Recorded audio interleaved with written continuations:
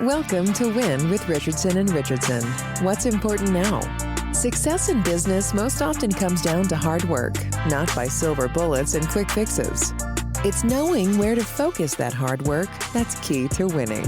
Join sales prospecting expert and 3-time seven-figure business founder Carrie Richardson and managing partner of R&R Consulting and former owner of Doberman Technologies, Ian Richardson, for radical honesty regarding strategic planning, accountability, and execution that will get you the systematic results you're working toward. Let's get into today's episode. Thought leader and your host, Carrie Richardson.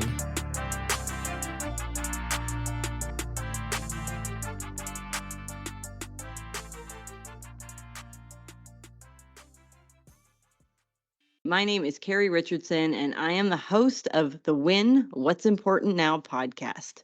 This is the beginning of our 2024 series for the EY Entrepreneur of the Year nominees. And our first guest participating is Sanjay Jupudi, who is the founder of Qentelli. Sanjay, thanks for joining us today. Thank you, Carrie. Thank you for hosting this. So tell me a little bit about how you founded Qentelli. So I'm one of the immigrant entrepreneurs. I landed in the US in late 2006 with 4 bags, a lot of dreams, and a few $1,000s in savings. When I landed, I quickly became part of a services startup. I worked with them for almost 9 years, helped them grow to a $100 million revenue company and also the market leader in their segment. And one day, things didn't work out well, so I was forced to resign from my role. When this happened, I had 2 options before me. Either go join another company, work for someone, repeat what I've done, again, make someone else rich, or start something on my own. I prefer to do the later. So I partnered with my business partner, Prasanna, who was also working with me in the previous company. And literally, we sat at a bar called the Rustic in Dallas. We chalked down the business plan on a piece of paper. Our plan was quite big, so we couldn't use the napkin. So we took a paper from the bar and we just wrote everything that we wanted to do. The same night, we even named the company. Obviously, there was a little bit of alcohol, so we were very enthusiastic. So we named the company, and today, 8 years later, we are 1,200 people strong. We serve over 100 customers in multiple geographies. So it's been quite a journey landing in the US with nothing and building this company over the last 8 years. That's an amazing story. You had planned on having a much larger investment in Qentelli to work with. So tell me a little bit about what happened there. We planned to have a large investment, but thanks to some unkept promises, I was just left with a small saving of $50,000. I invested that money into the company, and today we have grown into a respectable nine-figure valuation of the company. So it's a big return on investment, but all we had was $50,000. We didn't raise any money. We neither have much debt on the company. In the process, we even acquired a company using our company's balance sheet and some help from the bank. So me and my co-founder turned a $50,000 investment into a 9-digit enterprise value for Qentelli. That's amazing. Congratulations. Thank you, Carrie. Tell us a little bit about Qentelli. What problem had you identified along with your partner that you were so enthusiastic about solving that night at the bar? So when we started Qentelli, right, companies were facing one constant problem: how to deliver software faster. So software development lifecycle, SDLC as they call it, was slow and had a lot of manual dependencies. It took developers to develop code, testers to test it, and people to deploy the code. And this process was brutally long. And sometimes companies took 3 months to release a software after they developed it. And during the release, the entire system has to be shut down. So companies used to release software in the middle of the night after 12 a.m. and before 5. So they will not disrupt their business users. While this was happening, companies on the West Coast like Google, Facebook, Amazon, they release thousands of versions of the software every day, with zero downtime. You'll never see Amazon down because, oh, we're upgrading the new website, we're adding a new feature, so we'll bring it down for a few hours. You'll never see that, right?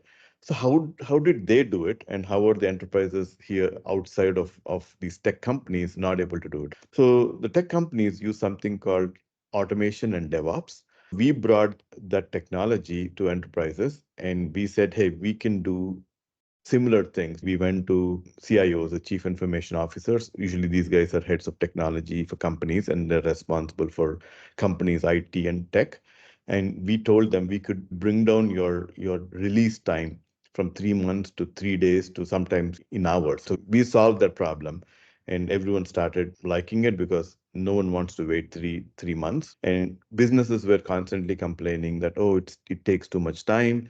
And what if our competition releases this feature ahead of us and we don't want to lose our customers to our competition? So that was the main business driver to start Qentelli. That was a problem we identified. And over the years, we've helped large enterprises in domains like airlines, banks, even pizza companies, telecoms, and many more to solve one critical problem: how to deliver software faster. So one of the biggest challenges growing your business was a limited amount of capital. What other issues did you experience when you were launching Qentelli? Like I've mentioned, all we had was $50,000 investment. And then we took a giant leap of faith. We literally worked 14 hours a day, nonstop, nights, weekends, you name it. And I used my home office as my base. And me and my partner met almost every day. We built the business plan. What we did was we built a small team that started working on innovation. So the first team that we hired was an innovation team. I started making calls to people that could use our services. We immediately got interest from 3 customers who are still customers now, even after 8 years with so much competition out there. So we faced numerous issues, Carrie. We had limited resources. We designed our own website and we created our own decks. We used to stop at a FedEx office center on the way to the meeting to print our business cards sometimes or print the pitch decks sometimes. We couldn't invite prospects to our office because we didn't have an office. So we faced a lot of those issues. We couldn't afford to take people for a fancy lunch or a steakhouse dinner because we were counting every dollar. Every dollar was needed. So we put a lot of that in developing the company so we could better our services. And when we go to customers, they like what they're seeing. I was the sales guy, I was the finance guy, I was the marketing person, recruiter, and ran all operations. And my partner took care of service delivery and all aspects of technology. It wasn't easy to juggle so many balls at the same time while also taking care of a 6-year-old because my wife had a full-time job. So it wasn't easy. We did it. It's interesting, but it wasn't easy. So you built a 9-figure valuation business out of your basement while parenting your 6-year-old. Yes. Well done. Thank you. I don't even feel like I need to ask you why you were chosen as a finalist for the EY Entrepreneur of the Year Awards after hearing that story. But what part of your story do you believe was the most compelling? Why were you chosen as a finalist this year? We live in an age of starting companies with the first goal is to raise money without having a product or a service or even an offering or a business plan. What we have done is the exact opposite. We have created a different playbook, took a very small investment, turned into a respectable company. We built a big brand presence and brand value. We work with Fortune 100, Fortune 50 companies. We grew organically, and then we also did an acquisition, the profits. So I think our playbook has been very different from what you have seen, which is what would have prompted EY to look at me, look at my application, and bring us as a finalist.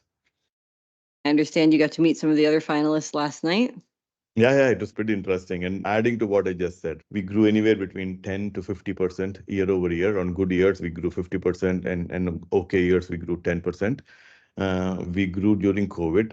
We were always profitable, had excellent employee and client satisfaction, and highest employee and client retention in the industry, in an industry where keeping talent is very hard and keeping customers is even harder. When you started the business, your partner was responsible for the technology. You were responsible for all of the other roles. Which role were you happiest to give up? So the first thing I gave up was the ops role, the operations, running the company, the day-to-day aspects of the company. While I know it is very critical, but it could be done by someone else because my role, my goal, and my partner's goal is to be in front of our customers and in front of our employees. That gets the best out of our time and value for us. What's the most important thing you learned about yourself running Qentelli over the last 8 years? So I've learned that impossible is just a word in the dictionary. If I'm able to set my eyes to a goal, I'll find ways to achieve it. Staying true to employees, customers, and our goals, and being sincere in our approach has really helped us achieve this kind of a growth. And we are one of the few companies that didn't let go or furlough any of our employees during COVID. I think being sincere to your mission is the biggest factor for why we have been successful all these years. And you've mentioned growth many times throughout the last 20 minutes. How do you plan for growth? What process do you follow when you're evaluating a decision that you're going to make or an opportunity that you're going to pursue? So we do a lot of planning before we start something. We analyze. We do a lot of market research. I have teams that help me with every aspect of understanding if a service is going to be lucrative, if we're adding a new service line. So we do a lot of research. We talk with industry peers. We talk to customers. Most importantly, we just talk to our customers and ask them, hey, we are planning to do this. Do you think there will be a opportunity for companies like us and services like this to be sold in the marketplace? So we take a lot of input and we follow the analysts and we download research papers. We do a lot of research. It's never, oh, we just thought of an idea and then let's get started, because it takes investment. It also takes time. And time is opportunity. You can't just waste time on a wrong opportunity. We also look at our competition to see what they're doing, because if there are few companies that are doing this, it must be a good. The pie is so big. We don't need to worry about, oh, there's two other people doing, so we may not be successful doing it. So we look at everything from a very holistic view. Measure twice, cut once. The key to scaling and doing good and growing is knowing if something is not working out well ahead of time, fail fast, and pivot faster, right? So we have done that a few times. We would rather fail faster than fail later. And our planning helps us launching new opportunities and new services. If you had to start over from zero, what would you do differently? Well, I actually thought a lot about this question. It's quite difficult question to answer. I think for the most part, I would like my journey to the same. We have several ups and downs, but journey was awesome. I never regretted a single day of what we have done the last 8+ years. I would have taken a few more chances and probably hired a bigger sales team earlier on. So we delayed a little bit for many reasons, investment being one of them. But if I could do things differently, I would have hired a bigger sales team earlier on in the journey. so when you think about the future, what do you believe is the biggest opportunity for Qentelli? So when we started using automation and DevOps as the means to the end, we decreased the time it takes to deliver software by over 95%. Now it's a time of AI. So we're doing several projects for our clients that reduces the time it takes to develop software. I think AI will be a game changer, and Qentelli is in the forefront of the AI revolution. We see a big opportunity for us to use AI and help our customers deliver software at record pace. And you will see software developed in days versus months and years. So I think AI will be our biggest opportunity, and we are all set to take on the AI revolution. Would it have been a completely different business launching today versus Oh yeah. 8 years ago? Oh yeah, 100%. If AI was at this level 8 years back, launching businesses would be really easy and faster. So I was telling this at an AI panel recently that AI is going to be not only a game changer, but it's a true equalizer. You'll see entrepreneurs coming from places you would never imagine, and with investments that you can never imagine, and with the growth that you can never imagine. So that's the power of AI if people know how to use it for good.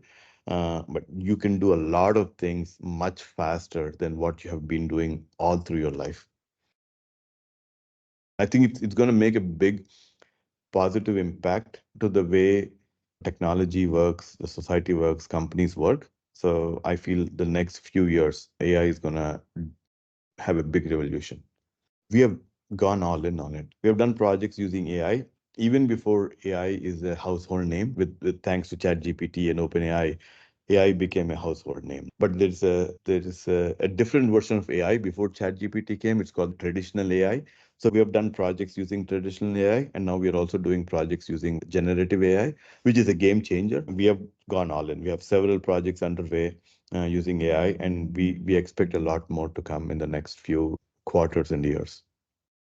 So, what advice do you have for founders that are starting businesses today? They have access to things that you couldn't have imagined 8 years ago. I would say while AI solves a lot of things, I still believe sales solves all the problems. So, what I would advise for founders is find a way to build a service or a product or a solution, find a way to sell, find your customers, find the problem statement, address your problems around it. And there are so many people that would give you an opportunity. I would definitely advise people to create solutions and services around the problems that exist and find customers that you can sell to. So, you were the first sales rep for Qentelli. What process did you follow for identifying new opportunities? So we did this in two ways, Carrie. So we used a more scientific and reliable process where we hired a small team of what we call inside sales team or sales development reps. These guys do constant research on who to target, who's in need of your services, what are changes happening at different prospects. And these guys go use email, LinkedIn, or some form of a communication to reach out to them and pitch our services and generate leads. So we generated anywhere from 30 to 40 leads a month, and we used to call them and pitch our services. That was the more traditional way of doing it. And then on the other hand, we had a few other ways to generate leads. One of them was we sponsored a lot of CIO events. So we were in front of people and we put together events for CIOs and brought thought leaders to do some speeches and thought leadership articles. And we used that to also generate interest about Qentelli. And last but not the least, I also picked up my phone and called people that I know could use our services. So networking helped us a lot of to generate a lot of interest. It still does. It's one of our biggest generator for opportunities. While we still follow the traditional SEO using the website, sometimes outreach to customers via LinkedIn to generate some interest. We have done it all. When it was just you and your partner, and you were the only person that was focused on sales, what was the first thing that you did? The first thing I did was networking because it was easier to go to people I have either worked with in the past or know about me in the past. So that was easy. That's low hanging fruit. Then we started attending networking events. Even with all the technology, people like a warm handshake and maybe a few minutes of their time during a networking event. People like that approach. We still continue that. I was also reaching out to people via LinkedIn using the traditional method of reaching out and pitching our services. So I was doing it all. Who was hire number 3? What was their role? Hire number 3 still plays a very key role. Her name is Rashi. She managed all the delivery operation. Prasanna took care of the technology. I was doing the sales. So we needed someone to make sure what we promised to our customer was delivered. Rashi managed all the delivery and she still does. She does an amazing job and she manages close to 1,000 people. And she has a few leaders that work for her. How big was Qentelli when you hired your first sales team member? Close to 70 or 80 people when we hired Carmen as a sales rep. I just congratulated him on his 7-year anniversary. So 1.5 years after we started the company, we made the first sales hire. And that's my point before. I should have hired him 6 months after we started the company versus a year and a half. I appreciate you sharing your story with us today. You were parenting full-time while building a startup. What was work-life balance for you like at that time? You would get different answers from my family and me for the same question. These days, people are talking about work-life intersection. It was more an intersection for me versus balance. In the first few years, there was no life. But then eventually, when we started to grow, when we started to stabilize, I had a better work-life balance. One day I decided we should not be working on the weekends. The last 5+ years, I've quit working on weekends. So it was a journey for any entrepreneur. The initial days is not going to be easy, and you need a family that could at least understand what you're going through and support you in that process. I think that's a great place to stop today. Thank you so much for joining us and sharing your story. I think it's a phenomenal and inspirational entrepreneur journey. And I wish you so much luck at the finals for EoY Entrepreneur of the Year. Thank you, Carrie. I really enjoyed doing my first podcast. It's a special time in a man's life. Thank you, Carrie. Thank you. Have a great afternoon. You too. Bye. You've been listening to Win with Richardson and Richardson. What's important now? We're so glad you've joined us and know you're one step closer to winning big in your business too. We'd love to connect with you outside of the show. If you have any questions or comments, please reach out to connect@rnr.consulting. Don't forget to rate, review, and subscribe to the podcast so you'll easily know when new episodes are available. Until next time, you can win, and we're here to help.